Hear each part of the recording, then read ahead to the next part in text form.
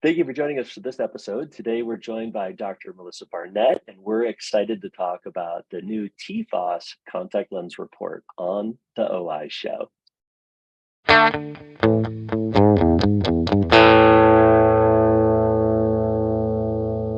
Thanks again for joining us for this episode. We're so stoked to have Dr. Melissa Barnett back on the OI show. It's good to have you, my friend. How are you today? I'm doing great. Thanks so much for having me. It is always good to get to hang out with you. We don't get to do it as much as we would like, but always at meetings we pop in and see each other, which is fantastic. And um, this isn't your first rodeo on these podcasts and so forth, but you're all over the place with speaking and video and so forth. Tell people who don't know much about you or aren't up to date on what's happening with you, where you practice and things that you're involved in that you're passionate about. Sure. So, this is a really exciting time in eye care. I think we'll agree as we've sort of grown Mhm. up together in this space. It's been an honor to do so with you. And right now, so I'm the director of optometry at UC Davis. I also have a new podcast called Clearly KC with the National Mhm. Keratoconus Foundation. So it's for everyone, patients, practitioners. We have all sorts of specialists on there. And yeah, I've been writing a new book on specialty contact lenses. I think it's going to come out next year, unfortunately. And working on translating the scleral lens book in Spanish and Chinese. So working Yeah. to get publishers for those two. And How super many excited. languages is it in so far? So the book, Contemporary Scleral Lenses Theory and Application, is only in English at this time. So it's in hardback, paperback, and Mhm. PDF. The clinical guide for scleral lens success is in 5 or 6 languages, and that can That's be awesome. downloaded free of charge at Scleral Success. Wow, that's awesome. Yeah. So, recently this TFOS conversation came out, and I was hoping we could talk a little bit about that today and some of the information that TFOS is telling us and in helping us understand with all the culmination of research and knowledge they have. So give us a little bit of background on this whole new paper that has come out with regards to the ocular surface disease and contact lenses and TFOS. Yeah. So it's, really new, great information about the lifestyle. So the TFOS, the Tear Film and Ocular Surface Society, a lifestyle epidemic report on ocular surface disease was just published, and I was privileged to work on the contact lens section. So a group of us worked together, and I thought maybe today we can nerd out a little bit talking about contact lenses since we both love contact lenses so much and share some of the best practices from this report. So in the So contact, there was quite a few authors here. There was like yeah, 17 or something authors, right? yeah, in the contact lens report alone. So 17 Uh-huh. authors from 8 countries. So I think our call was somewhere, I think it was about 2 in the morning. Um, are we the only ones on the West Coast? Sometimes I feel like we are. And when we're talking to people from all over the world, I got the short end of that call, but I was mostly awake. And in the report, there were 155 pages of the report, 668 references, and it just has all this really helpful and practical information that we can Yeah, use in clinic as well. yeah. Yeah. So go ahead and there were two kind of specific areas they looked at. So let us know the breakdown, the lifestyle choice, contact lens performance, kind of talk a little bit about that. Sure. So this report covered contact lens choices that impact the ocular surface.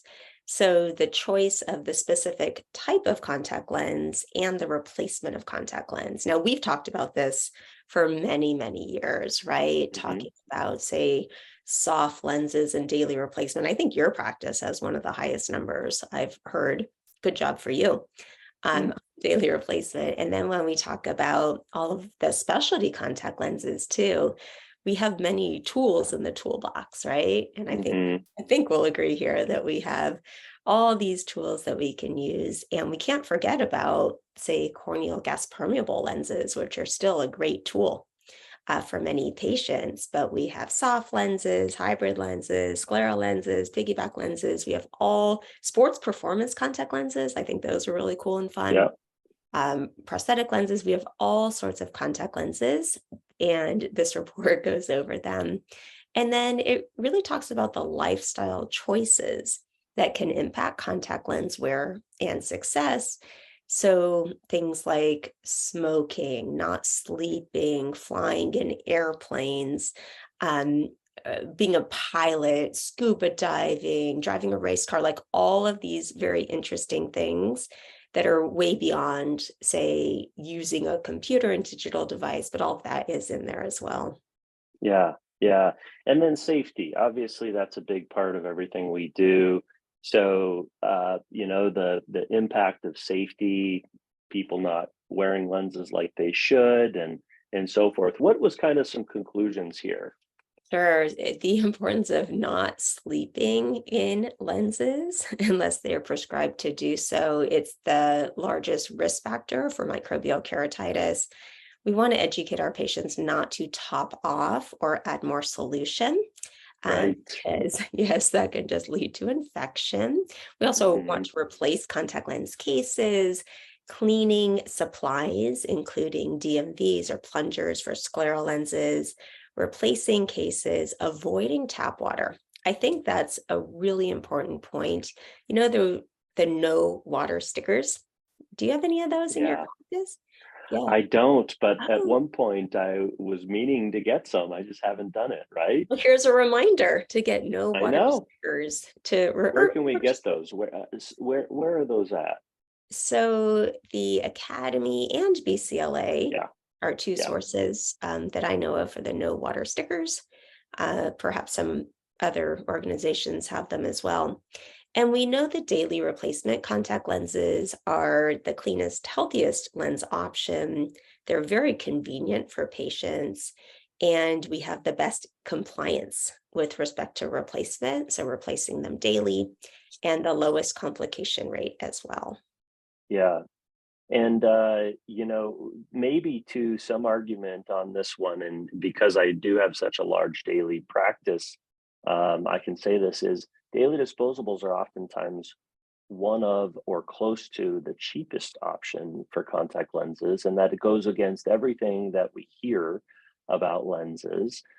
They're likely the most environmentally safe lenses as far as what goes into contact lens solution, contact lens solution bottles, the Exactly. Yep. cases, Because as well they as can all be yeah, recycled. You're yeah, exactly right.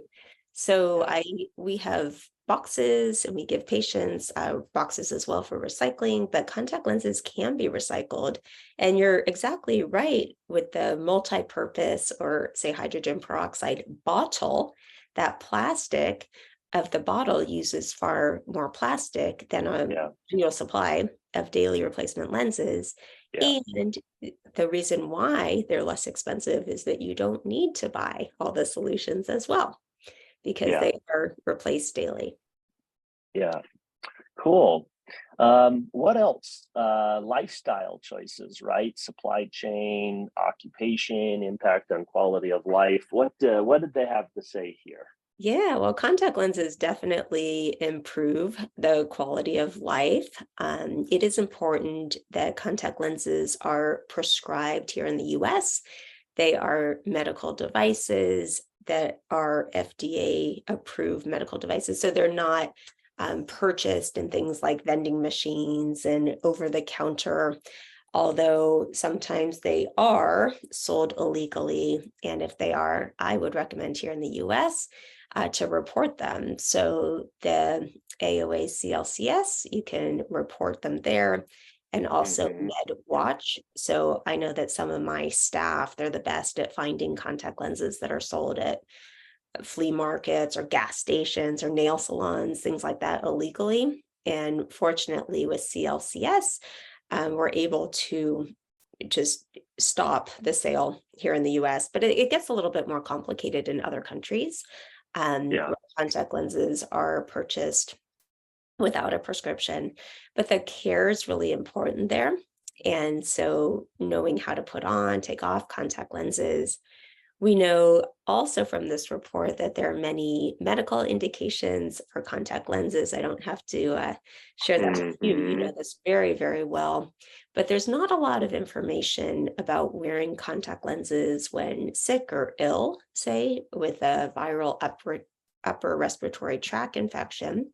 Hmm. We know that many patients of all ages can successfully wear contact lenses, from children to older adults. And wearing contact lenses after different types of surgery, like cosmetic surgery or refractive surgery, can cause problems. And there are all sorts of different management strategies in order to help with contact lens discomfort that came from this report. So there's a really nice little flow chart that you could use in your practice for best practices of contact lenses. And I thought the environmental factors are super interesting because there aren't Yeah. a ton of studies on all sorts of different occupations and contact lens wear.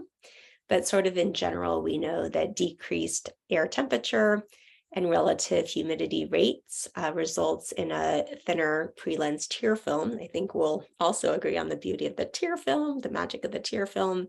Hopefully everyone's going to love the tear film. That's my goal here. It has a less stable tear film, more tear film evaporation, and more dryness.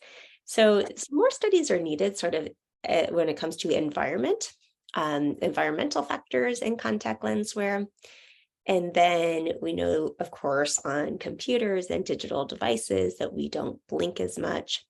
Yeah. And we have a less of a blink frequency and amplitude.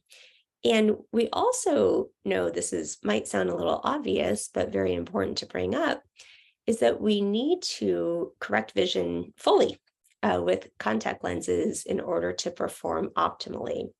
So, for example, multifocal rather than monovision, correcting low levels of astigmatism as Yeah.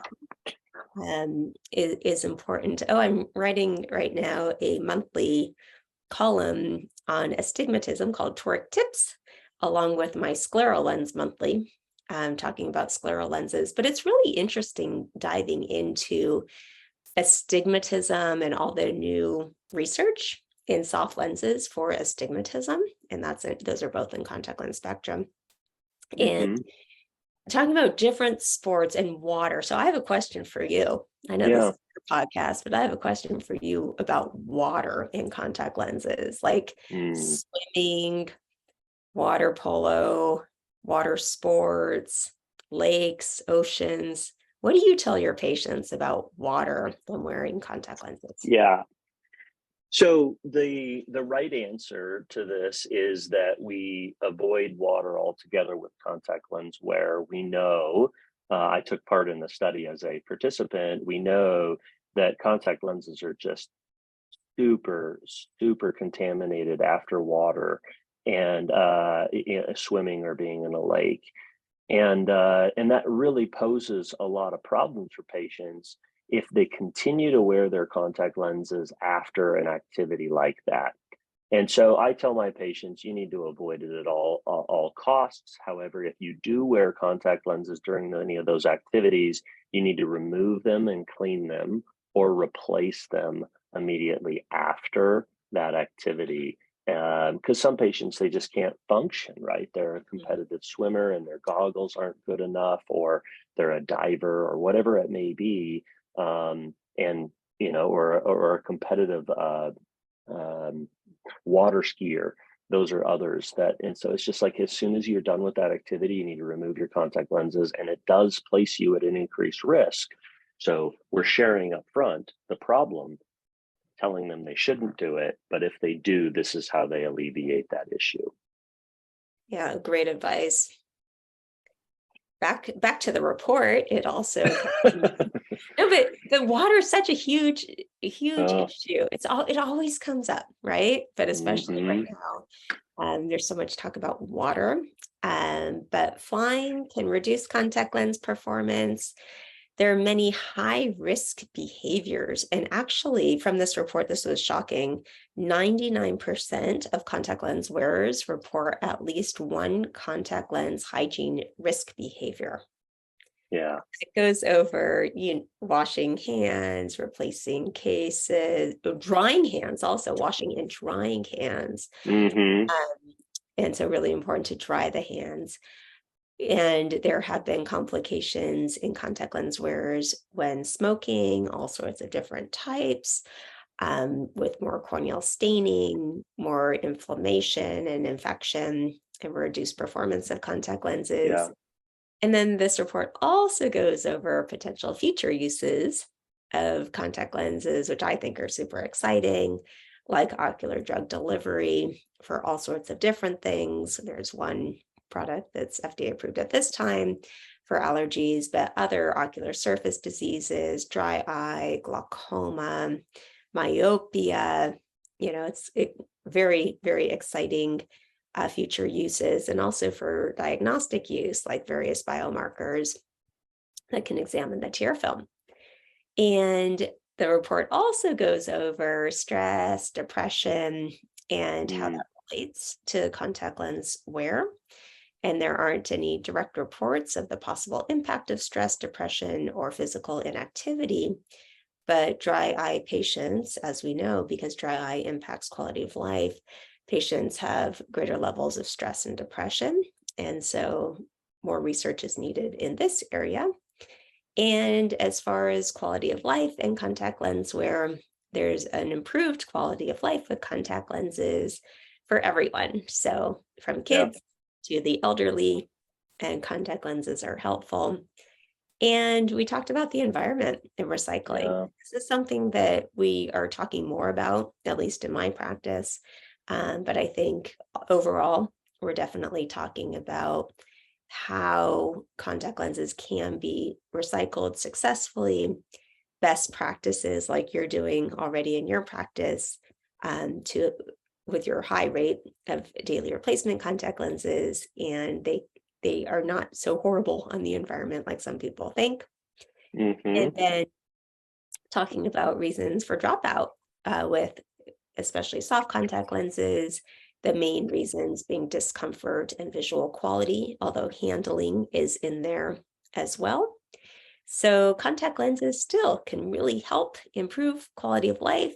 There are many different uses. I took from this, what I think we've talked about for a long time, is that we can offer contact lenses to everyone, whether they're a child or an adult or anyone. They don't have to wear contact lenses full time.